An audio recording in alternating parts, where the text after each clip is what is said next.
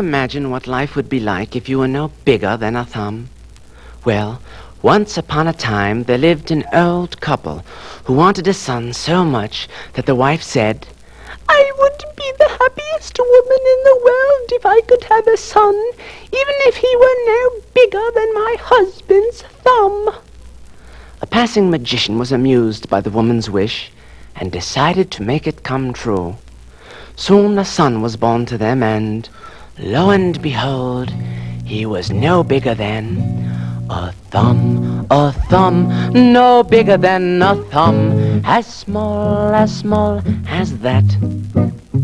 His coat was made of spider webs, and an acorn was his hat. But he had a smile much bigger than a mile, and a twinkle in his eyes. So you forgot that he was not an ordinary size. And they named him Tom Thumb. Tom never grew any bigger, but as he grew older he was clever and full of tricks.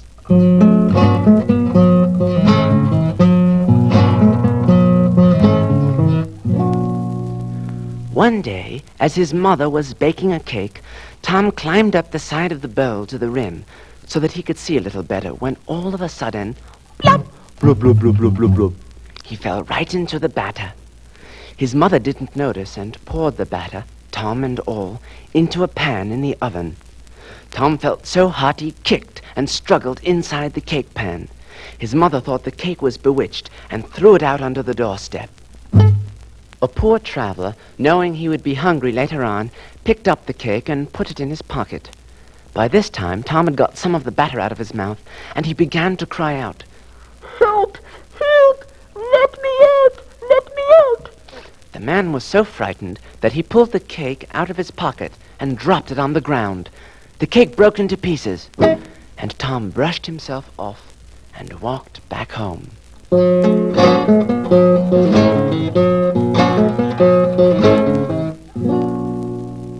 Another day, as Tom was watching his father plow the fields, he fell into a small hole.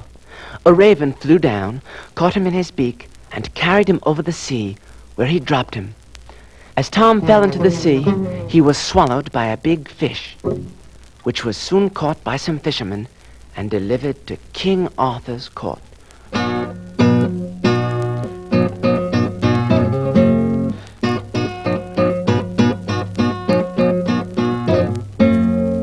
Well, the cook opened the fish, and what a surprise!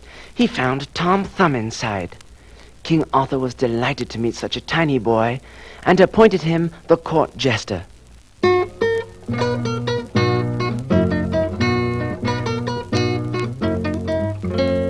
Tom's job was to entertain the king and queen and all the knights of the Round Table. I can sit in your hand or jump in your pocket, dance on your hat and swing from your locket, sing in your ear and slide down your nose, skate on your knees and tickle your toes. I can make you laugh till you're numb, though I'm only as big as the eye of a pig, or a fig, or a twig, or a plum, or a crumb, or a thumb. "Bravo!" cried the king. Bravo, cried the princes. Bravo, cried the queen. Bravo, cried the little princesses.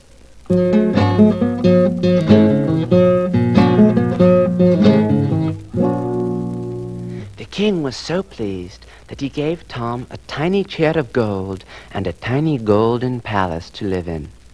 He ordered a new suit of butterfly wings to be made for him, and presented him with a white mouse and saddle, so that Tom could ride out hunting with him.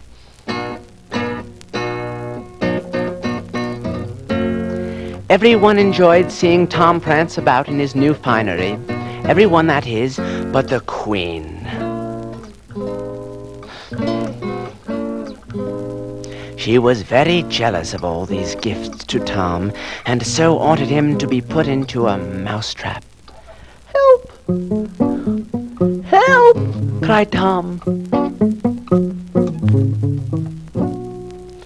Luckily for Tom, a cat noticed that something was alive inside the cage and played with it until it broke, helping Tom to escape.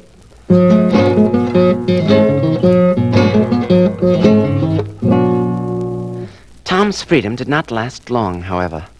One day, while out for a walk upon a cabbage leaf, he was attacked by a large spider. Tom drew out his sword, which was made from a sewing needle, and thrust it at the spider. Said the spider. "Ah!" said Tom. Said the spider. "Ah!" said Tom. Finally, Tom killed him, but his own wound was so great that he, too, died.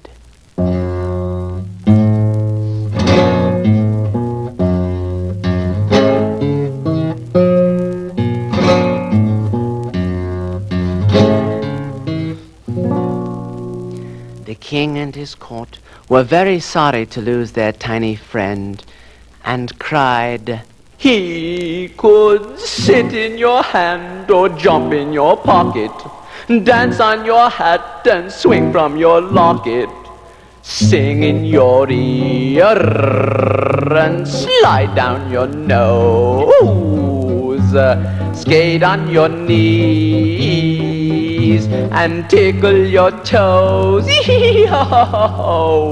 He could cheer us up when we were glum. Tom thumb, tom thumb, tom thumb, tom thumb, tom thumb, tom thumb, tom thumb. Goodbye, goodbye, Tom Thumb.